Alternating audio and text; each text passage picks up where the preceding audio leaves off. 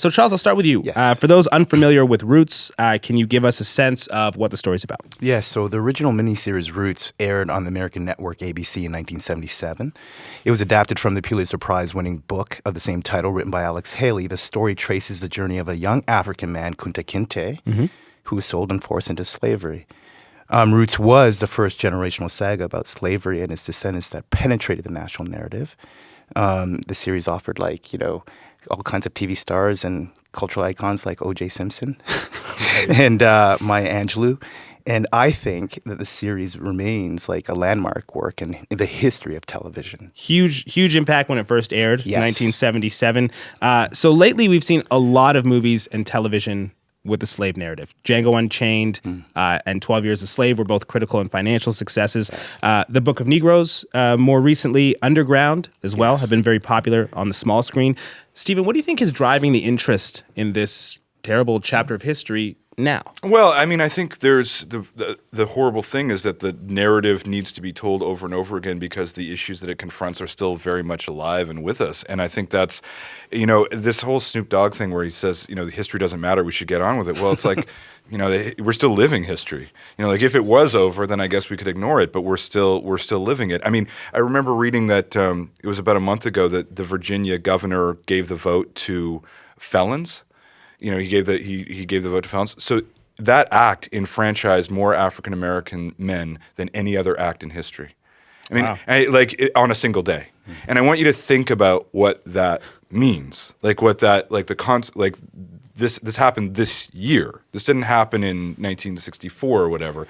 So I think the thing about these stories, and they've been told from the beginning, like Sojourner Truth and the slave narratives that were popular before the Civil War. These were popular culture because they insisted on the humanity of people who were willfully dehumanized. And horribly, that is still a process that requires just constant cultural work. And it requires the constant cultural work of saying these people are human beings. And you have to treat them as human beings, and I think that never goes away, and I think it's one of the main functions of political art. I think we can hop right into Snoop's objections Sure. that you brought I out. didn't mean to preempt. No, that's fine. Let's play that clip here. This is Snoop Dogg. He took to Instagram on Monday, commenting on the new Roots reboot, and here's a bit of what he had to say. I don't understand America. They just want to just keep showing the abuse that we took hundreds and hundreds of years ago. But guess what? We taking the same abuse. Think about that part.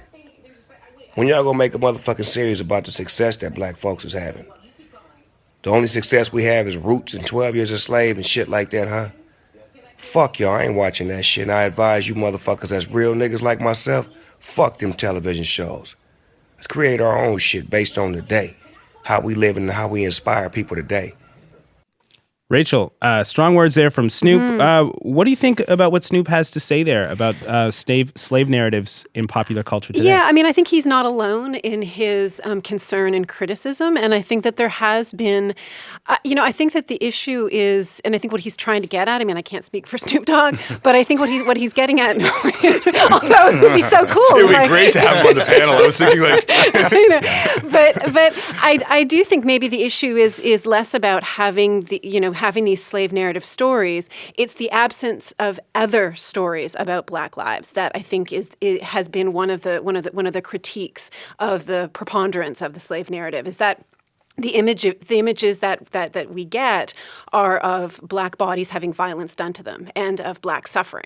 And so I think that, I think there's a strain of criticism about something like Roots or Django or 12 Years a Slave, where, in the absence of all other kinds of stories or rare stories where you have the full expression of humanity, these are the images you get on screen. And so, I have sympathy for his point of view on this point. It's not the problem isn't Roots. The problem is the rarity of other stories. The broader landscape. And I think there's a question about why does Hollywood want to greenlight stories about Black suffering and not greenlight as many romantic comedies, thrillers, family shows, whatever it is. Mm-hmm. So I've seen reaction not just from Snoop, but from actually like a new generation of younger Black activists. We live in the era of Black Lives Matter now.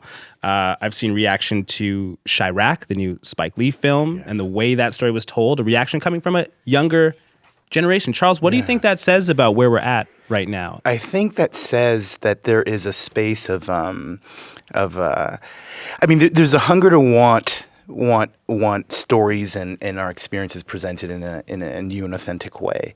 I think at the core of it, I think if there are individuals that are coming from the community that are asking for narratives to be told in a different way and somewhat dismissing the value of some of these. I think there are other folks that they're combating against that feel the same thing. And I think this comes back to a space of education. And I feel like there is always room for younger generations to really acknowledge where things have kind of stemmed from. Well, if you want that, then create it.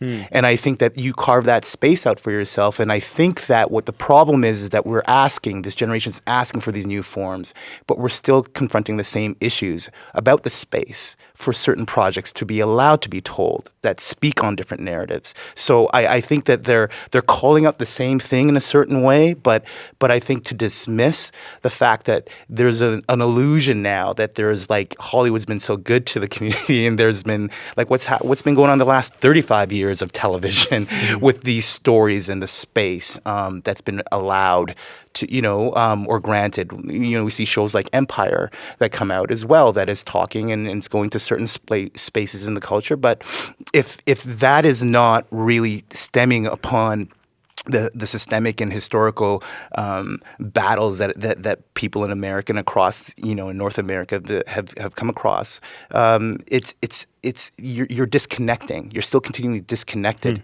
and disconnecting the slave narrative from what people are facing today. Absolutely, yeah. And I think that we, it's not this. Like I don't like to see anyone of any culture undergo brutality and for that to be continuously pounded in our heads. But when there is story within that, it isn't just about that. And when there's a story that connects it to the present day. It's important. I mean, this is what's happening. We're seeing that same brutality in prison and constructs, and we're seeing it with Andrew Loku. We're seeing it with individuals who are still succumbing to these ideas that stem from slavery.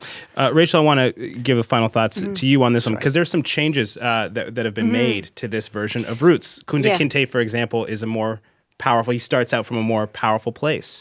What do you think about those changes and what they're responding to?